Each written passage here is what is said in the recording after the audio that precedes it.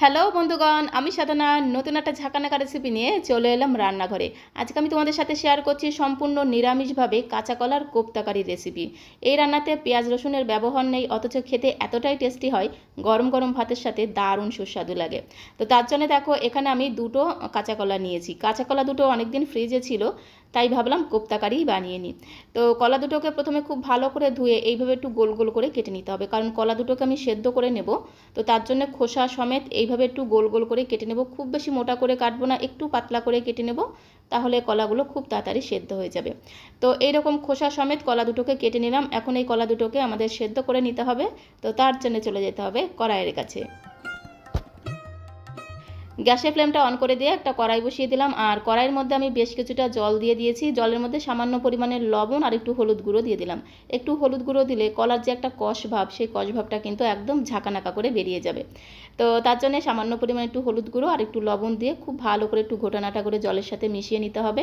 তারপরে কলার পিসগুলোকে জলের মধ্যে দিয়ে তারপরে ধামাচাপা দিয়ে রাখতে হবে, মানে ঢাকনাটা বন্ধ করে গ্যাসের ফ্লেমটা মিডিয়ামে রেখে প্রায় 3-4 মিনিট সময় ধরে কলাটাকে একটু সেদ্ধ করে নেব, যতক্ষণ না কলাটা সেদ্ধ হয়ে যাচ্ছে।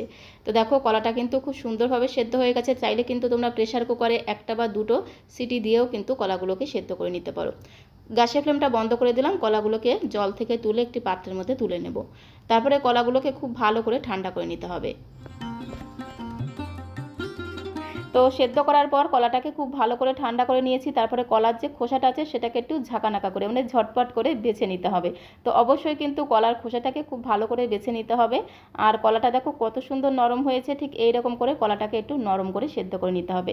আর এখানে দেখো একটা ঝাঁঝরি হাতার সাহায্যে কলাটাকে খুব সুন্দর করে আমি একদম ঝাঁকানাকা করে ম্যাশ করে নিলাম। তবে তোমরা চাইলে কিন্তু ম্যাশার দিয়েও ম্যাশ করে নিতে পারো, তাতে কোনো সমস্যা নেই।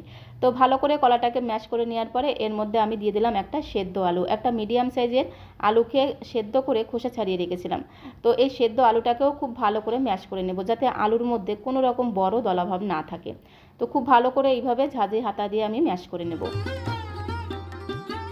অনেক বন্ধুরাই আমাকে বহুদিন ধরে কাঁচা কলার রেসিপি শেয়ার করার জন্য লিখেছিলে। তো আজকে আমি তোমাদের জন্য পেঁয়াজ রসুন ছাড়া সম্পূর্ণ নিরামিষভাবে দারুণ সুস্বাদু একটা কাঁচা কলার কোপ্তাকারি রেসিপি শেয়ার করছি। আশা করি তোমাদেরও ভীষণ ভীষণ ভালো লাগবে। আলু আর কলাগুলোকে খুব ভালো করে ম্যাশ করে একটা সাইডে রেখে দিলাম। আর এদিকে গ্যাসের ফ্লেমটা জ্বালিয়ে দিয়ে একটা ননস্টিকের কড়াই বসিয়ে দিলাম। কড়াইয়ের মধ্যে 2 চামচ দিয়ে দিলাম রিফাইন্ড অয়েল। তার মধ্যে সামান্য পরিমাণে একটু গোটা জিরে ফোড়ন দিয়ে দিলাম, আর 2 চিমটির মতো একটু হিং ফোড়ন দিলাম। যেহেতু নিরামিষ কোপ্তাকারি, একটু হিং ফোড়ন দিলে ফ্লেভারটা দারুণ হবে। সাথে দিয়ে দিলাম 2 থেকে 3 চামচের মতো ফ্রেশ নারকোল বাটা। একটু নারকোল বাটা দিলে এই কোপ্তাকারিগুলো যখন খাবে না, খেতে দারুণ লাগবে। আর দিয়ে দিলাম একটু আদা কাঁচা লঙ্কা বাটা। দুটো কাঁচা লঙ্কার হাফ ইঞ্চি মতো আদা বেটে দিয়ে দিলাম। খুব ভালো করে নেড়েচেড়ে একটু এইগুলোকে ভেজে নিতে হবে, যতক্ষণ না এই আদার কাঁচা গন্ধটা চলে যাচ্ছে।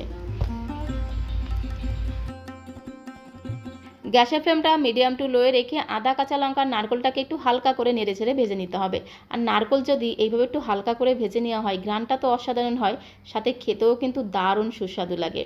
তো তারপরে দেখো এর মধ্যে আমি আগে থেকে ম্যাশ করে রাখা আলু আর কাঁচকলা দিয়ে দিলাম।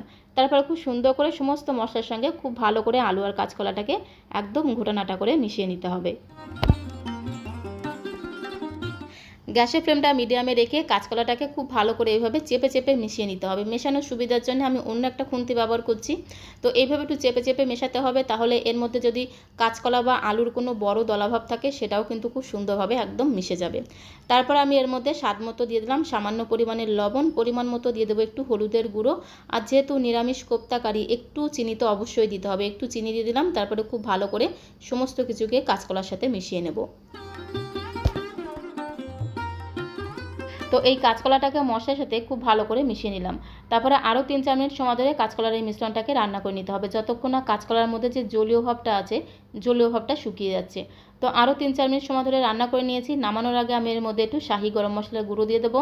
আর খুব সুন্দর একটা বাইন্ডিংয়ের জন্য 2 চামচ দিয়ে দেবো বেসন। একটু বেসন দিলে বাইন্ডিংটা দারুণ হবে, মানে কাঁচকলার কোপ্তাগুলো বানাতে সুবিধা হবে।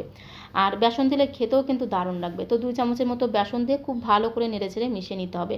বেসন দেওয়ার পরেই দেখবে মিশ্রণটা কিন্তু অনেকটাই শুকিয়ে যাবে, অনেকটাই টাইট হয়ে যাবে। আর বেসন দেওয়ার পরে কিন্তু খুব বেশি রান্না করার কোনো প্রয়োজন নেই। তো একটু মিশিয়ে নেওয়ার পরে নামানোর আগে আমি এর মধ্যে হাফ চামচ দিয়ে দেবো ভাজা মশলা। ভাজা মশলা বলতে গোটা জিরে, ধনে, তেজপাতা, শুকনো লঙ্কা একসঙ্গে শুকনো কড়াইতে ভেজে গুঁড়ো করে রেখেছিলাম, সেই ভাজা মশলা দিয়ে দিলাম। আর সবশেষে যদি একটু এরকম ভাজা মশলা দেওয়া হয়, কাঁচকলার এই কোপ্তা কারিগুলো খেতে দারুণ লাগে, মানে খুব সুন্দর একটা ঘ্রাণ পাওয়া যায়। তো ভাজা মশলাটাকে মেশানোর জন্য এরকম একটা ঝাঁঝরি হাতার সাহায্যে খুব ভালো করে চেপে চেপে মিশিয়ে নেব, তাহলে তাড়াতাড়ি মেশানো হয়ে যাবে। তো দেখো খুব ভালো করে মিশিয়ে নিয়েছি, কাঁচকলার মিশ্রণটা কিন্তু একদমই রেডি হয়ে গেছে। এখন একটা প্লেটের মধ্যে আমি নামিয়ে নেব। তো কাঁচকলার এই মিশ্রণটাকে প্লেটের মধ্যে নামিয়ে খুব ভালো করে ঠান্ডা করে নিয়েছি। তারপরে হাতের মধ্যে একটু সর্ষের তেল লাগিয়ে নিয়ে এভাবে অল্প অল্প করে মিশ্রণ হাতের মধ্যে নিয়ে প্রথমে একটু গোল করে নেব। তারপরে দু হাতে তালুতে রেখে একটু ঝাঁকানাকা করে প্রেস করে চ্যাপটা করে নেব। কাঁচকলার কোপ্তাগুলো আমি এই শেপে তৈরি করে নিচ্ছি, তোমরা চাইলে কিন্তু গোল গোল করেও তৈরি করে নিতে পারো, মানে বলের মতো করেও তৈরি করে নিতে পারো, তাতে কোনো সমস্যা নেই। তো এইভাবে আমি সমস্ত কোপ্তাগুলো তৈরি করে নেব।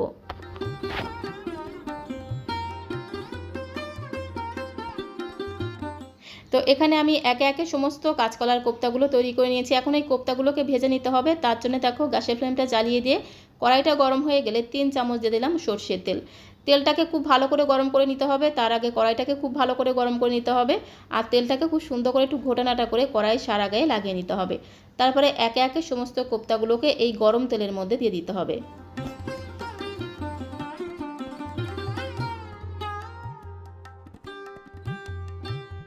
তো একে একে সমস্ত কোপ্তাগুলোকে আমি গরম তেলের মধ্যে দিয়ে কড়াইটাকে ধরে এইভাবে একটু ঝাঁকানাকা করে দিতে হবে, তাহলে তেলটা সমস্ত কোপ্তার গায়ে খুব ভালোভাবে লেগে যাবে, যার কারণে কোপ্তাগুলো আর কড়াইয়ের গায়ে লেগে যাবে না।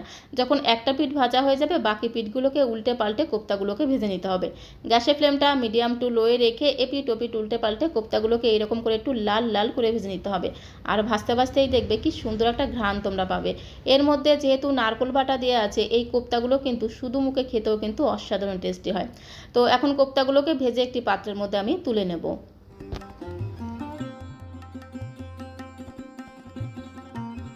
কাঁচকলার এই কোপ্তাগুলোকে ঠিক এই রকম করে একটু লাল করে ভেজে নিতে হবে, তাহলে খেতে আরও বেশি ভালো লাগবে। কড়াইতে যে তেলটা আছে সেই তেলের মধ্যে আরও 2 চামচ দিয়ে দিলাম সর্ষের তেল। তেলটা গরম হয়ে গেলে হাফ চামচ দিয়ে দেবো 5 ফোড়ন, সাথে দিয়ে দেবো একটা শুকনো লঙ্কা ফোড়ন। তারপর আমি এর মধ্যে দিয়ে দেবো একটা তেজপাতা ফোড়ন আর হাফ ইঞ্চি মতো আদা, 3-4টে কাঁচা লঙ্কা একসঙ্গে বেটে রেখেছিলাম। তো এখানে আমি 1 চামচ দিয়ে দিলাম আদা কাঁচা লঙ্কা বাটা। গ্যাসের ফ্লেমটা মিডিয়াম টু লোয়ে রেখে আদা কাঁচা লঙ্কাটাকে খুব সুন্দর করে একটু ঘোটানাটা করে ভেজে নিতে হবে, যতক্ষণ না আদা কাঁচা লঙ্কার কাঁচা গন্ধটা চলে যাচ্ছে। তো দেখো আদা কাঁচা লঙ্কাটাকে খুব ভালো করে ভেজে নিয়েছি। এখন আমি এর মধ্যে দিয়ে দেবো একটা টমেটো পেস্ট।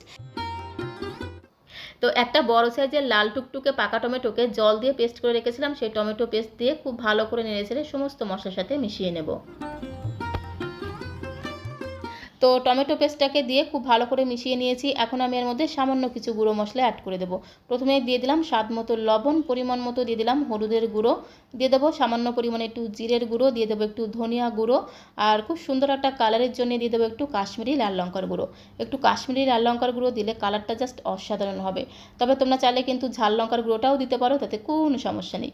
এবারে গ্যাসের ফ্লেমটা মিডিয়াম টু লোয়ে রেখে 3-4 মিনিট সময় ধরে খুব ভালো করে নেড়েচেড়ে মশলাটাকে একটু কষিয়ে নিতে হবে, যতক্ষণ এই মশলা থেকে তেল ছাড়তে শুরু করছে।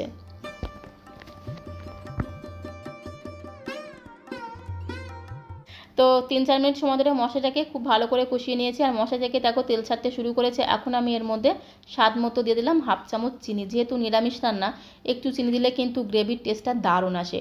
সাথে দিয়ে দিলাম 2টো চেরা কাঁচা লঙ্কা। আরও একবার খুব ভালো করে নেড়েচেড়ে মিশিয়ে নিয়ে মিনিট খানেক সময় ধরে একটু কষিয়ে নেব, তাহলে দেখবে কালারটা আরও সুন্দর হবে। তো মিনিট খানেক সময় ধরে চিনিটাকে দিয়ে খুব ভালো করে একটু কষিয়ে নিয়েছি, আর কালারটা দেখো কত সুন্দর হয়েছে। তো এখন আমি এর মধ্যে দিয়ে দেবো পরিমাণ মতো গরম জল।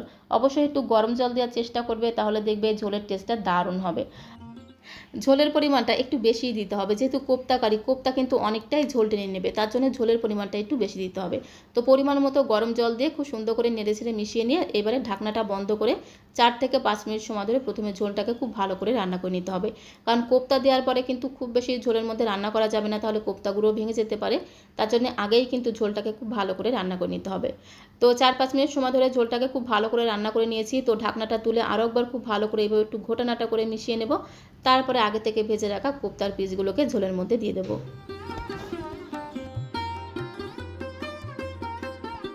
তো সমস্ত কাঁচকলার কোপ্তাগুলোকে দেখো একদম ঝাঁকানাকা করে মানে ঝটপট করে ঝোলের মধ্যে দিয়ে দিলাম। তারপরে আলতো করে নাড়াচাড়া করে একটু ঝোলের সাথে মিশিয়ে নেব। কোনো রকম ঢাকনাটা বন্ধ করব না, ঢাকনা ছাড়াই কিন্তু 2 মিনিট সময় ধরে এই ঝোলটাকে একটু রান্না করে নেব। তাতেই দেখবে কোপ্তা কিন্তু অনেকটাই ঝোল টেনে নেবে। তো দেখো মাত্র 2 মিনিট সময় ধরে রান্না করে নিয়েছি। নামানোর আগে এর মধ্যে একটু শাহি গরম মশলার গুঁড়ো দিয়ে দেবো। আর যেহেতু নিরামিষ রান্না, সব শেষে দিয়ে দিলাম 1 চামচ ঘি। একটু ঘি দিলে খুব সুন্দর টেস্ট হবে, সাথে সাথে ঘ্রাণটাও কিন্তু দুর্দান্ত হবে। তো দেখো নিরামিষ কাঁচকলার কোপ্তা কারি কিন্তু একদমই রেডি হয়ে গেছে, যেটা গরম গরম ভাতের সাথে খেতে হবে অসাধারণ টেস্টি। তো এইভাবে তোমরা অবশ্যই একবার কাঁচকলার কোপ্তা কারি বানিয়ে খেতে পারো, আশা করি তোমাদেরও ভীষণ ভীষণ ভালো লাগবে। রেসিপিটি ভালো লাগলে একটা লাইক করে দেওয়ার অনুরোধ রইল। সবাইকে অসংখ্য অসংখ্য ধন্যবাদ।